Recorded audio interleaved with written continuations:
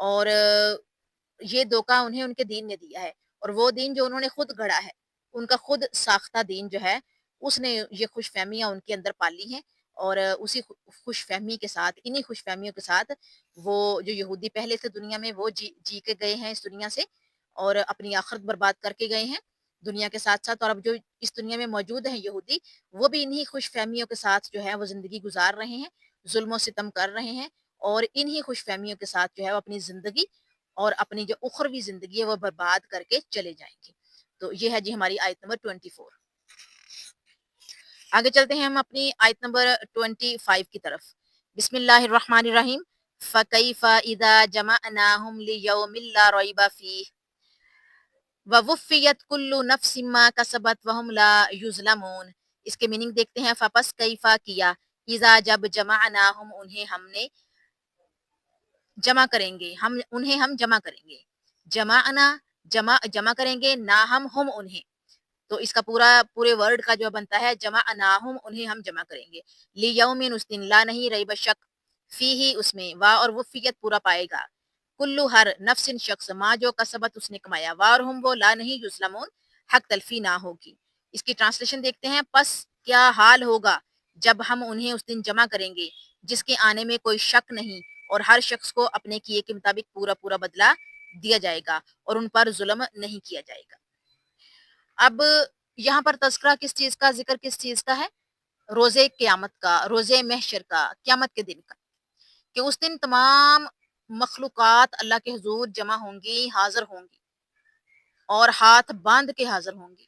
اس دن کسی کو بھی ہمت جرت نہیں ہوگی کہ وہ انکار کر سکے، جیسے اب انکار کرتے ہیں نا، مسجد سے آواز آتی ہے اللہ اکبر اللہ اکبر، اللہ سب سے بڑا، اللہ سب سے بڑا، ٹھیک ہے، اس کے بعد آواز آتی ہے اشہد ان لا الہ الا اللہ، گواہی دیتے ہیں کہ اللہ کے سوا کوئی معبود نہیں ہے، عبادت کے لائق نہیں ہے، اشہد ان محمد رسول اللہ، محمد عبدہ و رسولہ، کہ اللہ کے رسول ہیں نبی صلی اللہ علیہ وآلہ وسلم اور بندے ہیں، ٹھیک ہے، حی علی الصلاح اور حی علی الفلاح، آؤ نماز کی طرف، آؤ فلاح کی طرف، اور پھر اللہ اکبر، اللہ سب سے بڑا، اللہ سب سے بڑا، اور نہیں کوئی معبود اس کے سوا عبادت کے لائق۔ پکار آتی ہے نا، لیکن ہم کیا کرتے ہیں؟ انکار کرتے ہیں، جہاں جہاں بیٹھے وہیں بیٹھے رہتے ہیں، ٹس سے مس نہیں ہوتے، یہاں تک کہ ٹی وی چل رہے ہوتے ہیں، ٹی وی بند نہیں ہوتے، موبائل ہاتھوں میں ہے، نیٹ چل رہے ہیں، وہ بند نہیں ہوتے، ہنسی مذاق چل رہے ہیں، وہاں آوازیں بھی سلو نہیں ہوتی، بند ہونا تو بڑی دور کی بات ہے۔ ہم کیا کر رہے ہیں؟ ہم انکار کر رہے ہیں، لیکن اس دن کسی کو بھی جرت اور ہمت نہیں ہوگی اللہ کے حکم کا انکار کرنے کی، ہاتھ باندھ کے، سر جھکا کے رب کے سامنے روز محشر میدان عرفات میں جمع ہوں گے۔ میدان عرفات میں ہی جو ہے وہ میدان سجے گا، جہاں حج کے لیے جاتے ہیں نا میدان عرفات میں، اور وہاں پہ کھڑے ہو کر دعائیں مانگتے رو کے، اللہ تعالیٰ ہماری قسمتوں میں بھی کرے کہ ہم بھی میدان عرفات میں جائیں اور وہاں پہ کھڑے ہو کے ہم اللہ سے دعائیں مانگیں۔ تو اس میدان میں جمع کرنا ہے رب کائنات نے، میزان لگے گا، سجے گا، ٹھیک ہے، وہاں پر اعمال تولے جائیں گے، اور یہ وہ دن ہے کہ جس کے آنے میں شک کوئی نہیں، آ کے رہنا ہے، پتہ نہیں ہے کہ کب آنا ہے یہ دن، اور جب آئے گا تو یہ 50,000 سال لمبا دن ہوگا، 50,000 سال لمبا دن ہوگا یہ، اور یہ آ کر ہی رہنا ہے، اور ہر شخص کو اس کے کیے کا پورا بدلہ ملے گا، جو ظلم کر رہا ہے، جس نے ظلم کیے ہیں اس کو بھی اس کے ظلم کا پورا بدلہ ملے گا، جس نے نیکیاں کی ہیں، نیکیاں کمائی ہیں، اس کو بھی پوری جو ہے اس کی جو ہے وہ پمائش کے ساتھ اجر ملے گا، نیکیوں کا ثواب ملے گا، اللہ اپنی شان کے مطابق عطا کرے گا اور بڑھا چڑھا کر کرے گا۔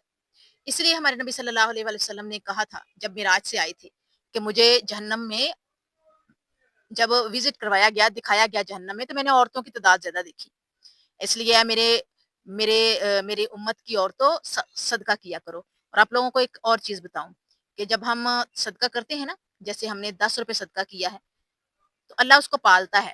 آپ لوگ کسی جانور سے پیار کرتے ہیں، اس کو گھر لے کے آتے چھوٹا سا، یا پودا لگاتے ہیں اور اس کو بڑے پیار سے پالتے ہیں نا، بالکل اسی طرح اللہ تعالیٰ صدقے کو پالتا ہے اور پال کے بڑا کر دیتا ہے، یہاں تک کہ وہ چھاؤں دیتا ہے۔ اس لیے کثرت سے صدقہ کیا کریں، چھپا کے اور ظاہر بھی، چھپا کے اس لیے اللہ راضی ہو، اور ظاہر اس لیے کہ دوسروں کو بھی ترغیب ملے، دوسروں کو بھی جو ہے وہ شوق اور جذبہ اٹھے کہ ہم بھی صدقہ کریں۔ اس سے معاشرے میں جو ہے وہ ایک تو ایک سسٹم جو ہے وہ گردش کرتا ہے، دوسرا اللہ تعالیٰ راضی ہوتا ہے۔ تو یہ ہے جی ہماری آج کی آیت نمبر 25 جو کہ یہاں پر کمپلیٹ ہوتی ہے، اور ہمارا آج کا لیسن بھی یہاں کمپلیٹ ہوتا ہے۔ تو آج کی کلاس ہماری یہاں پر جو ہے وہ ختم ہوتی ہے۔ انشاءاللہ العزیز کل ہم اپنی جو ہے وہ اگلے لیسن کا آغاز آیت نمبر 26 سے کریں گے۔ جزاکم اللہ خیرہ۔